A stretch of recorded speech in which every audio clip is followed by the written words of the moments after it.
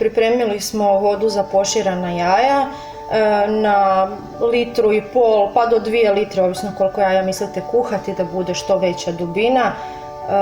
Stavite do deci octa, 1 list lovora, oko 10 zrna papra i možda 6 klinčića, 1 žlicu šećera i pola žličice soli ili žličicu, ovisi volite li više ili manje slano, ali ono što je najbitnije, nakon što ovo zakuha, ostavljate da kuha još jedno 10 minuta i onda se dodaju jaja. Postupak dodavanja jaja mora biti jako oprezan. Prvo ih razbite u neke posudice ili šeflju i onda ih oprezno spuštajte u vodu. Morate pripaziti da se jaja ne rasture i trebalo bi biti što brže jedno za drugim da se podjednako skuhaju.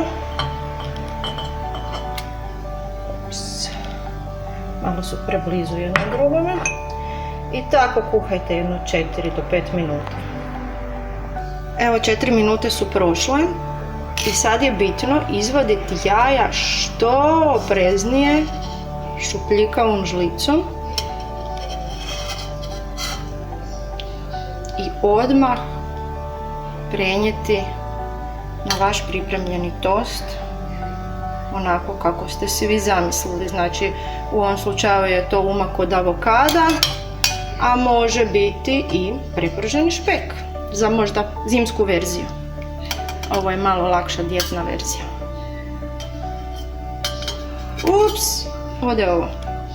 Evo, nakon što smo upecali ovo drugo odbjeglo jaje, možemo ga ukrasiti, recimo sendvič svoj, nekom salaticom svježom poput rikule ili svježeg špinata. Ovo je svježi špinat. Isto tako možemo ga posipati malo nekim začinom, sjeckanim peršinom ili recimo sjeckanim vlascem, on jako lijepo paše uz jaja.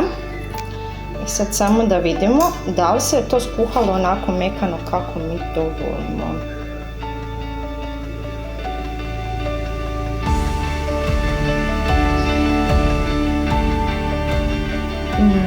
Točno kako treba.